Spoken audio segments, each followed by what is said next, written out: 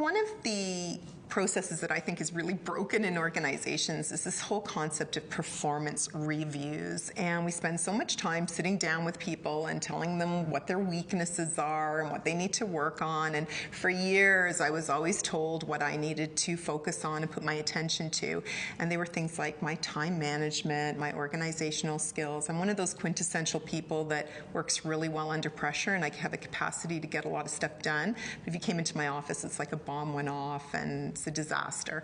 And so I spent a lot of time in my early years thinking about that, worrying about that, taking time management courses, all of those kinds of things that you do when you have a weakness that you're working on. And then in the late 90s, I heard Marcus Buckingham speak, who had written a book at that time with Kurt Kaufman called First Break All the Rules, What Great Managers Do Differently. And it talked about how great managers looked at people's strengths.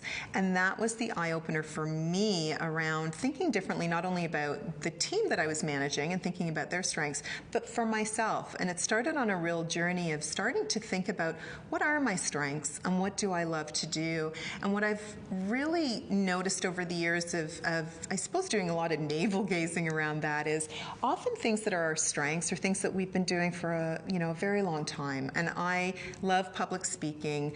And when I look back at my childhood, I was always the school narrator. I was always the person who was in the school's public speaking competitions.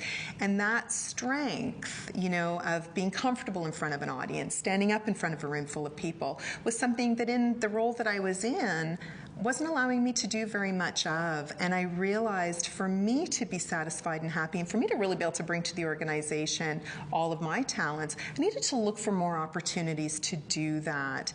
And I think one of the things that we often get confused about in organizations is we're told what our strengths are. And because you're good at doing something, it doesn't mean that it's your strength. Sometimes, and many times, our manager tells us we're good at doing something because they need us to be doing that. We've got a job to do, and that's why we've been hired. But if it doesn't make your heart sing, if it doesn't give you joy, if it's something that's drudgery, yes, you can do it. Like, I can proofread till the cows come home. But if you made me do that day in, day out, I think I'd probably stab needles in my eyes. It's not what I want to be doing. So I think for all of us, we have to be, again, really focused on what are our strengths? Where do we get joy from? And an exercise that's really great at doing that is just to keep a list through the week. Every activity that you're doing, have a little column. Do you love that activity? Do you loathe that activity? And this is a Marcus Buckingham trick.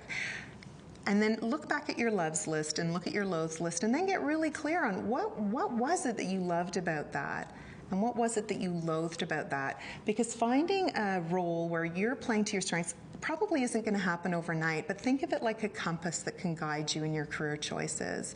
The more that you start to focus in on what you love doing and what you're passionate about and where you really come alive, the more you can start to make incremental choices that move you closer and closer to that direction, whether it's putting your hand up for a project at work, taking on a short-term role, volunteering on a committee outside of work. All of those things allow you to get closer and closer to what ultimately I think we're all looking for, which is a job that when we wake up in the morning, we're excited to go to and get a lot of fulfillment out of.